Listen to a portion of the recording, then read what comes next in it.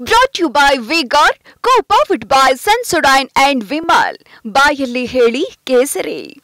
Associate sponsor Ultratech Cement. Challenge ಮಾಡ್ತೀರಿ ನೀವು, ಅದೆಲ್ಲ ಸಿಕ್ಕಲಿಲ್ಲ, ಇಲ್ಲಿ ಸಿಕ್ಕಿರೋ, ಇಲ್ಲಿ ಸಿಕ್ಕಲಿಲ್ಲ, ಅಲ್ಲಿ ಸಿಕ್ಕಿರೋ. ಅವರು ಸಿಕ್ಕಿದಾಗ ಸೀರೆ ಉಟ್ಟಿರಲಿಲ್ಲ, ಸಿಲ್ವರ್ ಕಾಮಿಕ್ಸ್ ಹಾಕೊಂಡಿದ್ರು. ಇದೆಲ್ಲ ಒಂದು ಇಶ್ಯೂನೇನ್ರಿ? ಮರ್ಡರ್ ಮಾಡಿರುವಂಥದ್ದು ಇಂಪಾರ್ಟೆಂಟಾ, ಮರ್ಡರ್ಗೆ ಯೂಸ್ ಮಾಡಿರುವಂಥ ಕತ್ತಿ ಇಂಪಾರ್ಟೆಂಟಾ? ಕತ್ತಿ ಮ್ಯಾನುಫ್ಯಾಕ್ಚರ್ ಮಾಡಿದ್ದು ಯಾರು, ತಯಾರಕರು ಯಾರು ಅಂತ ಹುಡುಕ್ತಾ ಇದ್ದಿರಲ್ಲ ಸ್ವಾಮಿ. ಮರ್ಡರ್ ಆಗಿರೋದ್ರ ಬಗ್ಗೆ ನಾವು ಇನ್ವೆಸ್ಟಿಗೇಷನ್ ಮಾಡಬೇಕಾ ಬೇಡವಾ?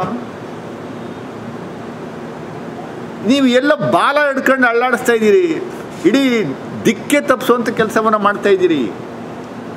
ಅದನ್ನು ಮಾಡಬೇಡಿ. ನೀವು ಕುಮಾರಸ್ವಾಮಿ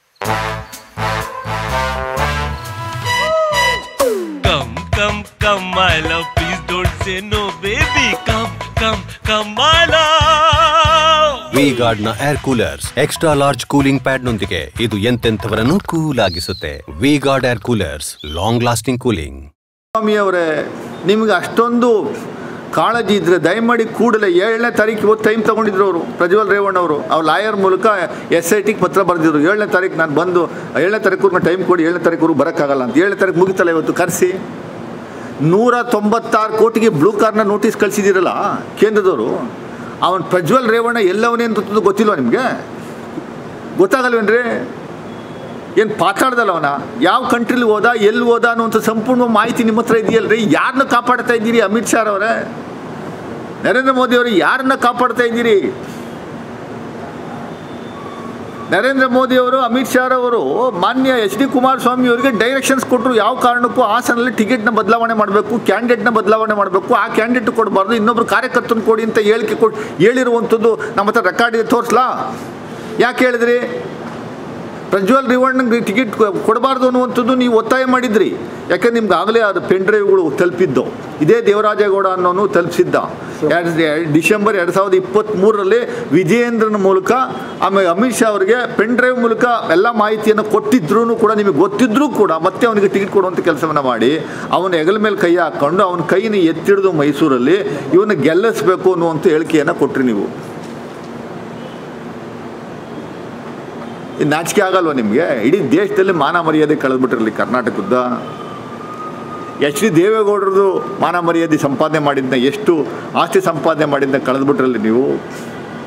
ನಮಗೆ ಬೇಸರ ಆಗುತ್ತೆ.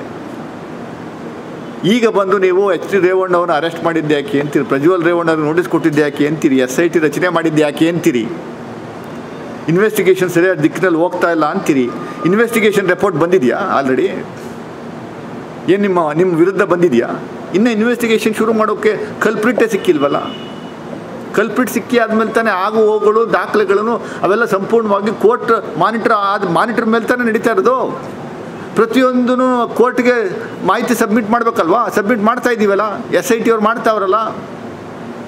ಹಂಗಂದರೆ CM SIT ಮುಖ್ಯಸ್ಥರ ಹತ್ರ ಮಾತಾಡಬಾರ್ದಾ?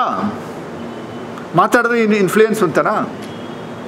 CM ಮಾಧ್ಯಮದವ್ರು ಕೇಳ್ತಾರೆ, ಏನು ಸ್ವಾಮಿ ಏನು ನಡೀತಾ ಇದೆ ಅನ್ನುವಂಥದ್ದಕ್ಕೆ ಮಾಹಿತಿ ಬೇಕಾ ಬೇಡವಾ?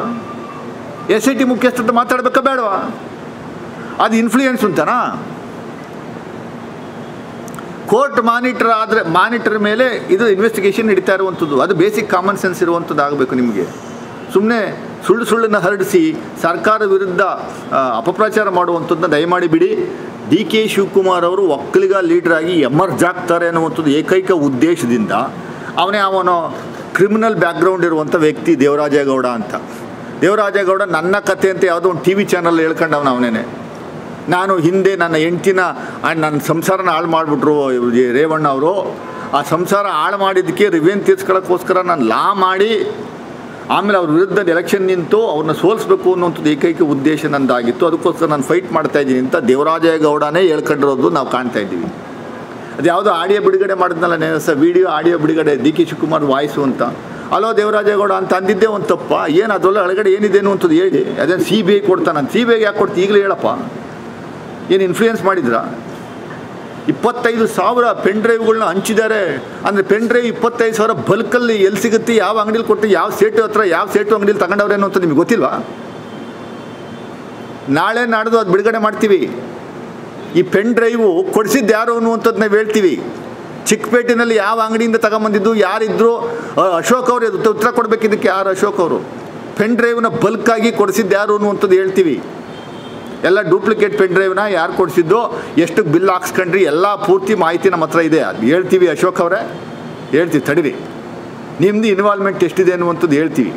ಅಶೋಕ್ ಅವರು ಇವರಿಬ್ಬರು ಜಗಳದಲ್ಲಿ ಒಕ್ಕಲಿಗ ಲೀಡರ್ ಆಗಿ ನಾನು ಎಮರ್ಜ್ ಆಗ್ಬೋದು ಅನ್ನುವಂಥದ್ದು ನಿಮ್ಮದು ಎಲ್ಲೋ ಇಣಿಕ್ ನೋಡುವಂಥ ಕೆಲಸವನ್ನು ಮಾಡ್ಕೊತಾ ಇದ್ದೀರಿ.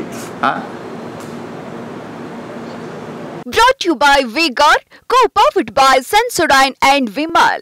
ಬಾಯಲ್ಲಿ ಹೇಳಿ ಕೇಸರಿ. Associate sponsor Ultratech Cement.